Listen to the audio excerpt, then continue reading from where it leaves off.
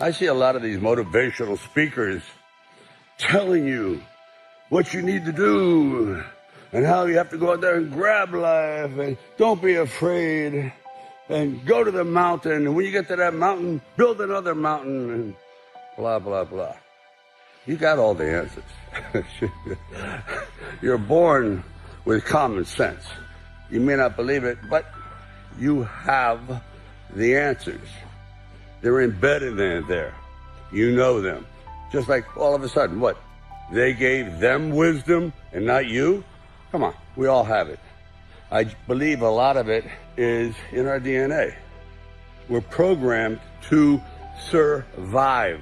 Not just exist, to survive, prosper, go forward, blah, blah. You get it. So what I'm saying to you is this. A lot of these guys, women, have good ideas. They're very motivational, but motivate yourself because you have the instinct, you have the knowledge. The lesson lies in learning, and by teaching you'll be taught. It's all there anyway, just needs to be thought out. Take those thoughts, they're embedded in your brain, that you already know the difference between right and wrong and how to succeed. How do you succeed? Perseverance. Just keep trying. It's not that hard, not that complicated. I notice every year people make resolutions and maybe 5% stick.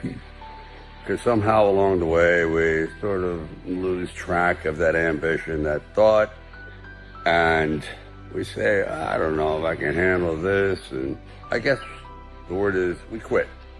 I have, certainly on many times. But sometimes the word quitting gets a bad rap. By that I mean, if you're on the wrong path, you're on the wrong trail, you're going after something and it's just not working, period. It's just not flowing naturally. And you've been at it for a while, you go, I quit. Good. I did. And it opened up 1,000 new doors for me. So sometimes quitting is necessary to find your proper place in the world.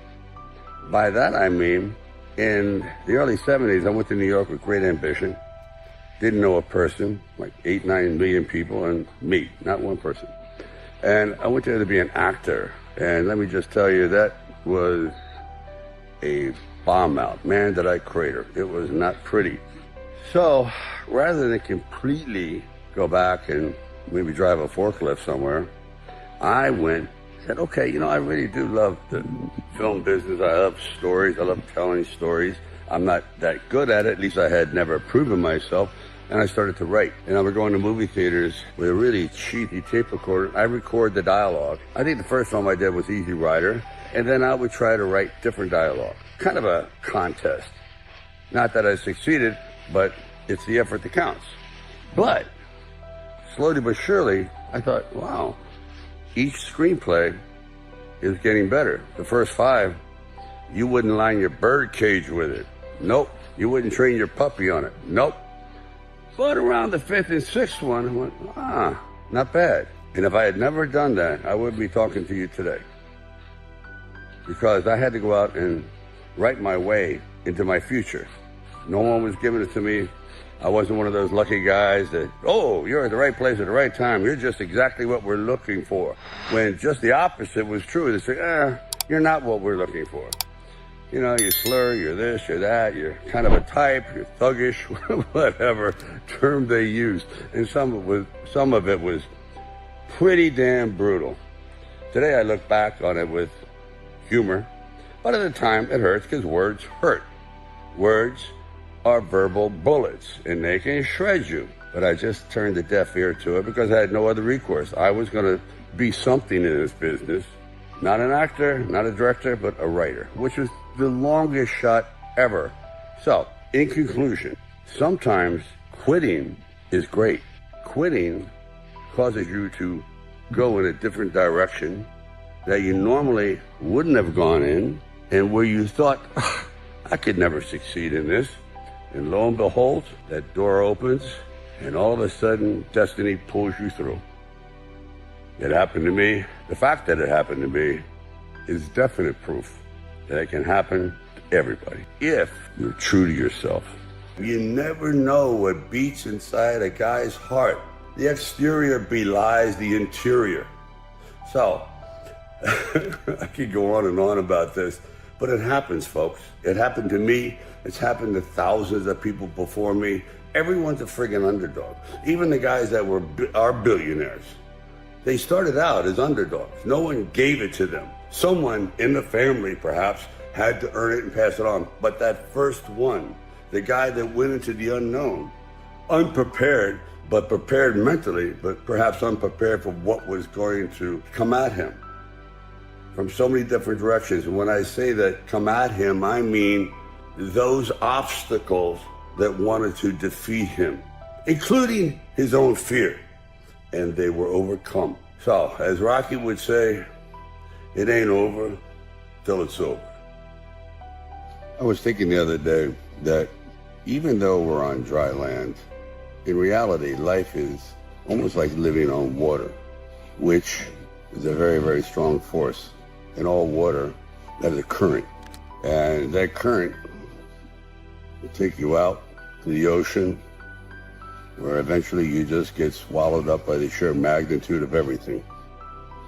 And once you're out there, you can't swim back. It just takes you where it wants to go, not where you want to go. And swimming against the current is really a metaphor for life. You just have to struggle. It's a struggle to achieve one's goals, which is really difficult. It's hard.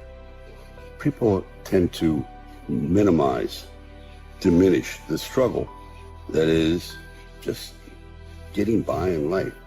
Quite often it's just easy to go with the current, but to be an individual, to feel as though you did your best in the game of life, you got to swim against the current. And boy, it's fatiguing. But when you get to the other side, when you can climb out of that water and you're at the place you want to be, in that unexplored area, kind of like reminds me of the extraordinary optimism of explorers. Imagine 1,000 years ago, setting sail for the complete unknown. You have no idea. At one time, they thought the earth was flat and you just go over the side and you die, but you still went. Were there sea monsters? Were this, that? I mean, all kinds of dangers. You're going into an absolute abyss. Yet, what keeps you going? Is you know there's something better out there if you're willing to face the danger, the unknown. That's the journey of life. And it's invigorating with all its challenges.